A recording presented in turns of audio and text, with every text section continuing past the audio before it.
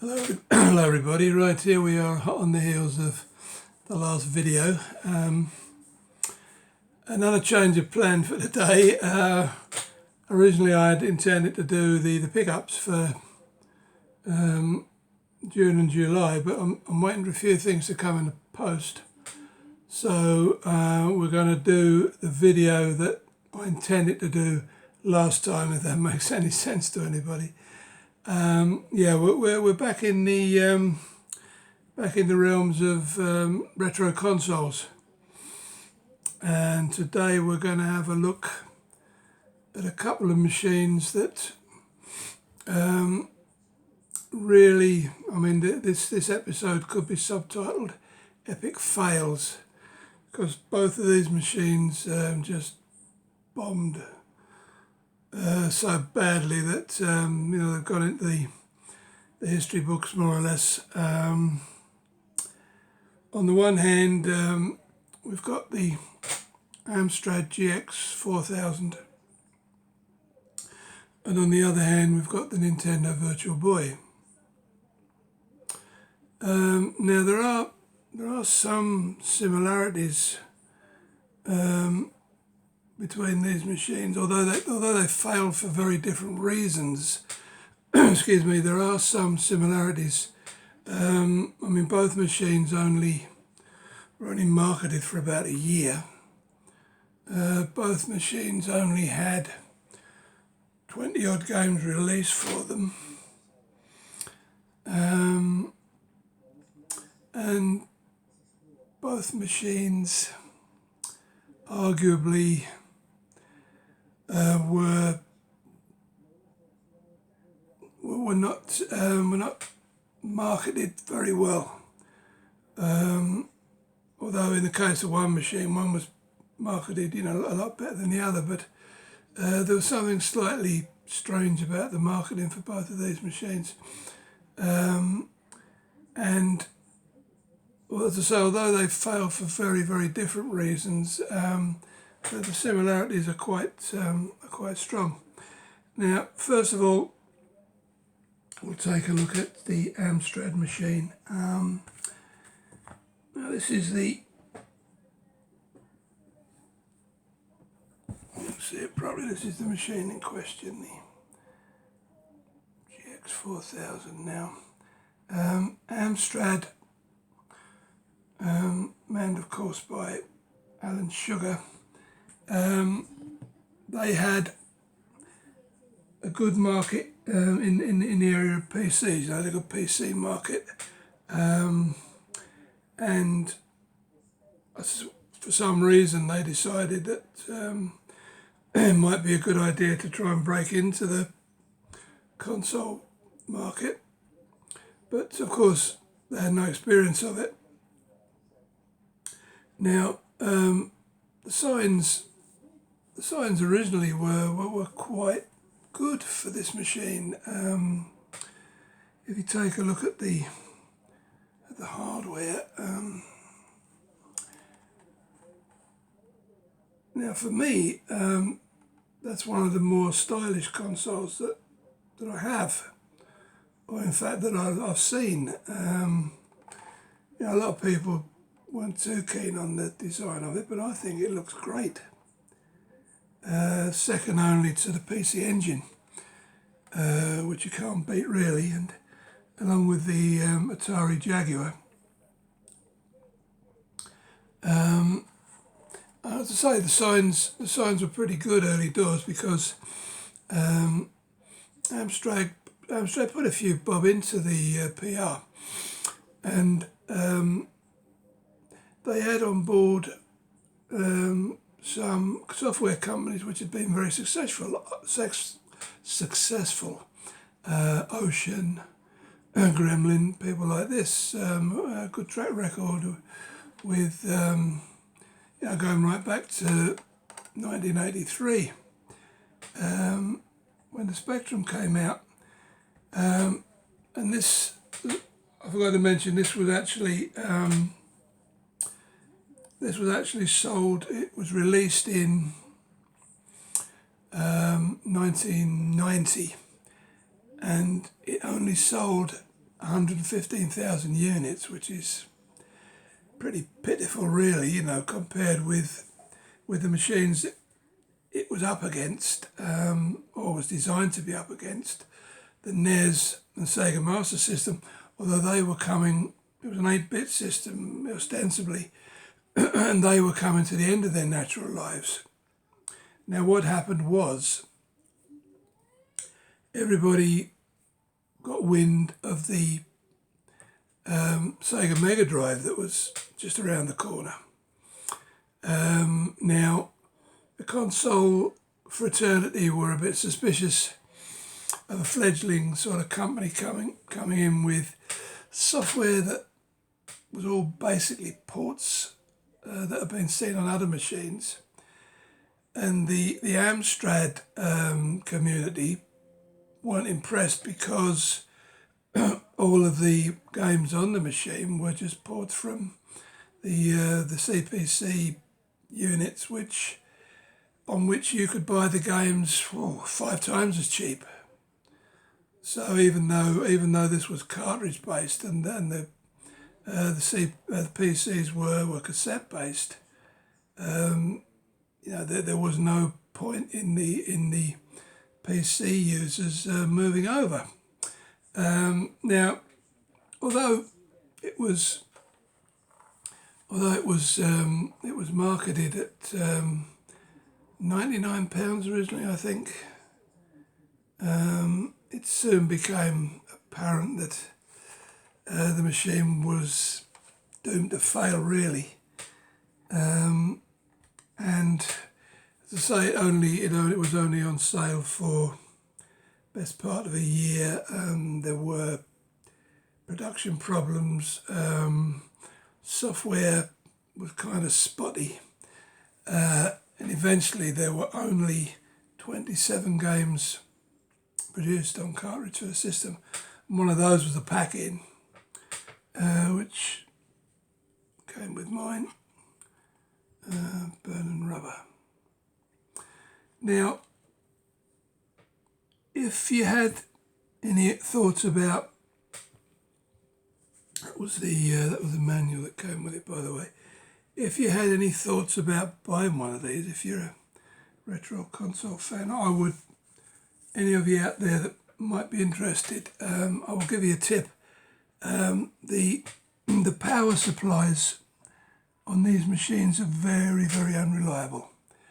Now this power supply I have is obviously not a standard PAL UK version, but it works. Obviously you need the 2-pin shaver plug that converts it into a 3-pronged plug. Now, although this says for use with the Amstrad GX4000, it is not the power pack that came with it. Because I was told by the person I bought it from that the original power pack was duff. And you'll find that if you go online to buy one of these machines, if you ask the vendor to test it, you'll probably find in 90% of cases that it doesn't work, because over time, for some reason, the power packs have degraded, and then they just don't work anymore. Very often you see these advertised as not tested but should work. Don't fall for that one, because chances are it doesn't work, and I'm not sure where you would go to get a power pack that actually works with this. So I got mine with it and it works. The other problem is that's the manual for Burning Rubber, by the way, the pack-in game. The other problem with the machine is it only works properly on old CRT tellies. I mean, ideally, if you had an Amstrad monitor, that would be fine. But you just get one of these old AV TV leads, you know, to plug into your aerial port, and then into the back of the machine, round about here. I mean, that's a really ancient way of of watching stuff on TV these days. Although there is, as you can see, there is a SCART port there, but I think you need a certain type of SCART cable, and I'm not sure where or how you would go about finding the right one. I've never tried. I've only used it through the aerial port on my. I mean, I've got an old flat screen. I mean, it's a very early one, not like the modern ones, and it does actually work on there, but it's the picture's a bit juddery in places. So, but it was originally designed to work on an old TV because it was you had to manually tune the thing to like channel 36, I think it was, which is why it's a bit of a pig to get working on modern TVs. Now you get with it a couple of controllers.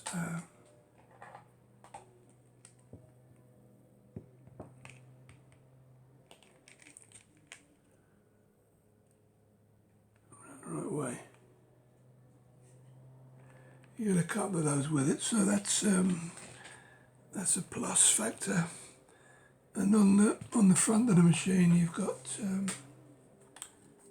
the 2 ports there for the controllers, and that's for an analog stick, and that's for light gun or something. You know, I was looking at a video today, and somebody rightly pointed out that this is far too cluttered. That's your ear jack, obviously, earplug jack. So this is far too cluttered. I mean, you could probably get these two quite easily into just the two ports and have those to stop confusing everybody. Yeah, so as I say, that was the Amstrad machine, doomed to failure, unfortunately, because, as I say, the Mega Drive and the SNES were on the horizon, and you know, these were just a machine with all ports of old games. With it, I got the registration card, which is unused, and also an envelope for the Amstrad Users Club, whatever that might have been in aid of. So yeah, there we have the Amstrad GX4000. Actually, I did a bit of research on the current prices of these, and oh bloody hell, they've gone up. I mean, I bought this 2 or 3 years ago. I think I paid about 45 quid for everything, you know, the whole caboodle that I showed you there. But I've looked online, and on eBay they're asking like 150 minimum. Then you know, it wasn't a machine that was guaranteed working. Then there was another one there for a couple of 100 quid. So yeah, I mean, I didn't realise that that the price of these had gone up so much. But of course, bearing in mind the low volume of numbers sold, and also the fact that the software didn't sell. I mean, I haven't got any games for it simply because they're so scarce and so expensive, because there's not that many of them about.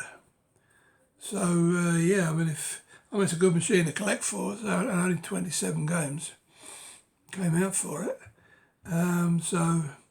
But good luck with trying to get a set of them. That's all I can say to you. Okay, so moving on. We have a machine that dared to be different. Oh, get the box up here. Ooh, here we go.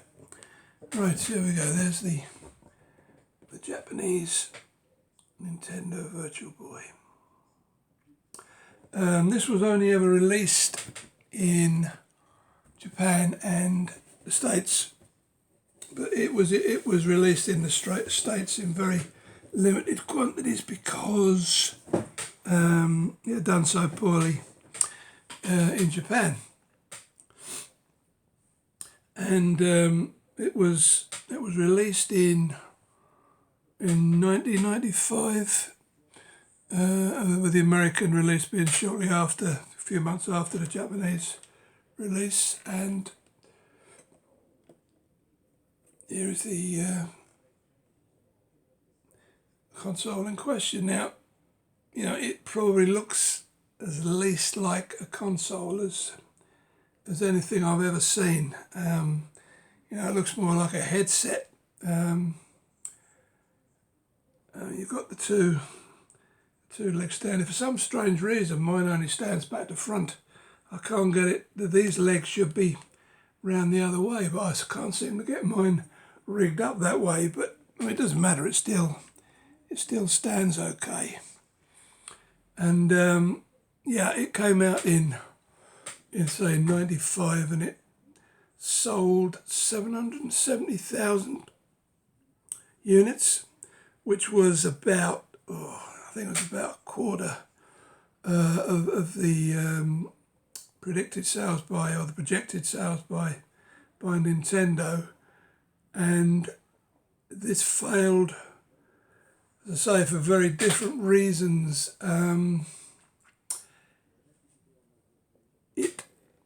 When it was reviewed, everybody took exception to the monochrome graphics. I mean, everything's in red and black, like the machine. And it was quickly discovered that the machine caused problems with some people who were getting headaches, eye strain, and I mean, later medical tests proved that in some cases people could be permanently brain damaged by prolonged use. So that was kind of the nail in the coffin straight away. And then, to be honest, there were 22 games issued for it, 19 of them in Japan, 14 of them in America were. So if you do simple maths, it means that there were 3 American-only games, 19 Japanese out of 22. And there again, I mean, great machine to collect for. I mean, I've managed to find 10 of the 19 Japanese games, although there are a couple of those 19 that are silly prices. You know, we're talking hundreds of pounds. I mean, the normal price for the games is around about 20 to 25, because they're not that scarce, to be honest. I mean, I've seen plenty of them around at conventions. But there again, as I say, it's a nice one to collect for if you can afford the dearer ones. That was the pad that you got with it.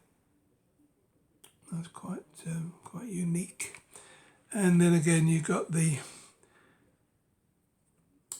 houses a couple of batteries which you slot into the back there. And you can also buy a power pack for it. I tried to get one, but they're hellish expensive. I mean, I used to have one. I've got a box for one upstairs, but there's nothing in it. So obviously when I had my original one, I must have given it away. But just an interesting point here. I mean, I paid a ridiculously low amount for mine a few years ago. I paid 180 for the machine, but it had 6 games with it. So if you, as I said earlier, the games are 20 to 25, so you're looking at a minimum of 120 for 6 games. The machine only actually cost me 60 quid, which is bonkers when you have a look on eBay now, you know, to try and find a reasonable one. And mine is in mint condition. I mean, the iPad is, I mean, that's removable and washable, but the iPad is one of the first things that goes. And then if your legs start to, there was a lot of talk about the legs being so flimsy. As you can see, they're not the strongest things in the world. They were starting to crack and bend on some machines. So, you know, if you've got a mint machine for 60 quid, you can think yourself pretty lucky. You get a Japanese manual with it, which is no good to anybody outside of Japan. And then I don't know what that is, just a little do and don't sort of manual that comes with it also. Now, in terms of games, yeah, I'll show the ones I've got. Right, we've got Mario Tennis. As I say, all of these are in red and black, so some games work better than others. That's Virtual Baseball 95. These are all Japanese games that I've got, as I say. I haven't got any American ones. Mario Clash, sort of a platformy type of job. You can see the red and black graphics on the back there. I mean, they're certainly not the prettiest thing I've ever seen. That's a nice little shooter called Vertical Force. And Tetris. A lot of these games were from companies who did a lot of work for the PC Engine, Hudson Soft, T&E Soft, firms like this. There we have Galactic Pinball. Screenshots on the back there.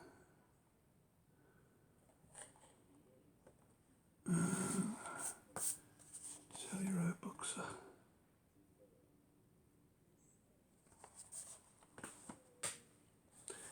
That one is sort of Bomberman, Super Bomberman puzzle game. And we have golf. And finally, we have another shooting game called Red Alert, although that's all in Japanese. I had to look that one up because I couldn't remember the name of it.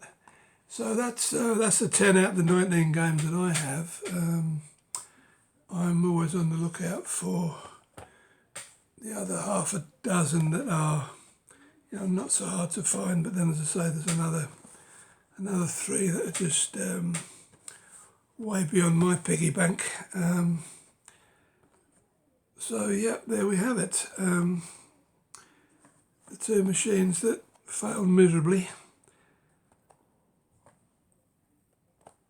and ones that are worth seeking out if you are a retro console fan or collector. Right, that was that. Now next up, as soon as all this stuff comes in the post, I'll have some steelbooks and comics and stuff to show you.